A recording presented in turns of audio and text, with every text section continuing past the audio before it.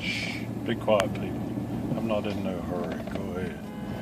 Go ahead. Go ahead. Go ahead. Go ahead. You'll be fine. One Saturday evening, me and Shirley was. Bus used to have to come this way because the road wasn't down through yonder.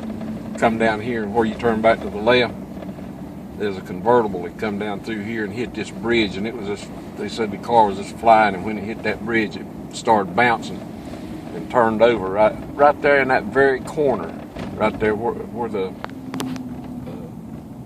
fire hydrant is. Did I turn here? Yeah. Turned over right there in that corner.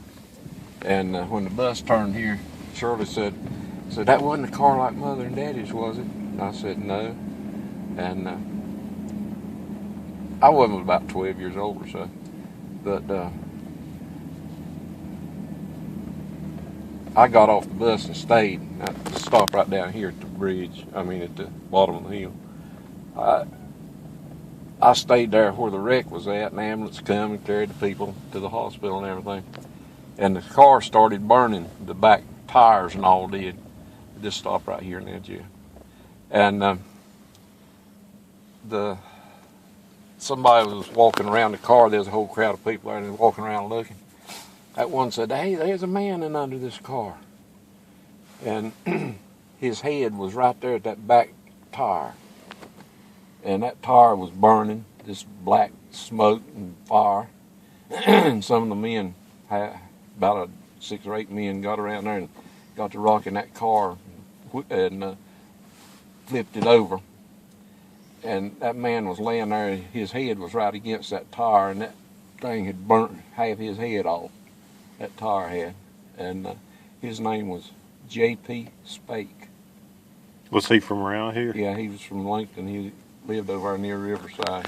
Now, it's down in there where the sandwiches were? Right in this corner. And how did they end up getting down there? See, like I told you, they didn't have a road through yonder, where the bypass goes. And this is the way you had to go to Rhodes Ryan from town. You had to come this way. And of course, it was wider than this at that time. And it had been kept up. It was a pretty good dirt road. But the sandwich truck that carried sandwiches to the store at Rhodes Ryan, they had to come this way, of course, too. And he used to stop here, and all the old sandwiches he'd picked up in the store, he'd just pitch them down there in the creek. Well, when we come walking home from school that day at lunch to go home and eat lunch, I looked over the side. There used to be a little bridge there that had banisters on it. And I looked over the side of the banisters there, and I said, look down there at all them sandwiches laying there. And it's laying on a little old sandbar right there in that corner. And Shirley climbed down in there. And she got up about 6, 8 sandwiches and carried them back up there. And Agnes Turner was with us that day, me and Shirley and Agnes Turner. And we all picked us out a sandwich and eat that sandwich and went on back to school. and we didn't have to walk all the way over to Rhodes Ryan in that day. So this road right here was the only way from here to town? Yeah, you had to go. And where did this road come out going toward town?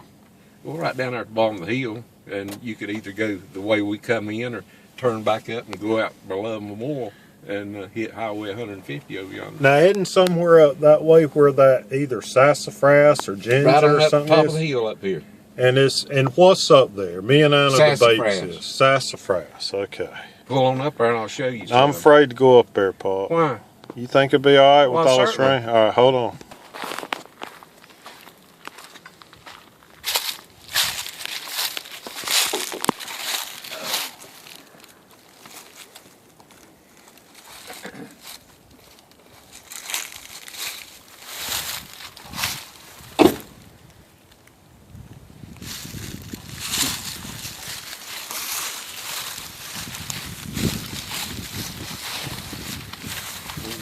Right over in here.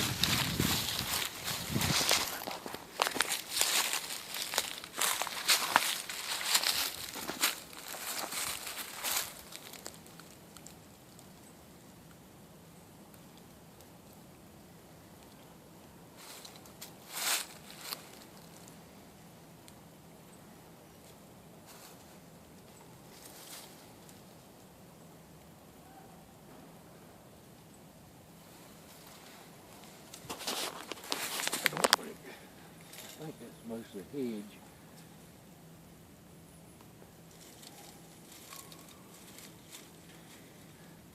If you find a little piece of this here that you can pull Uh-huh. up, if it says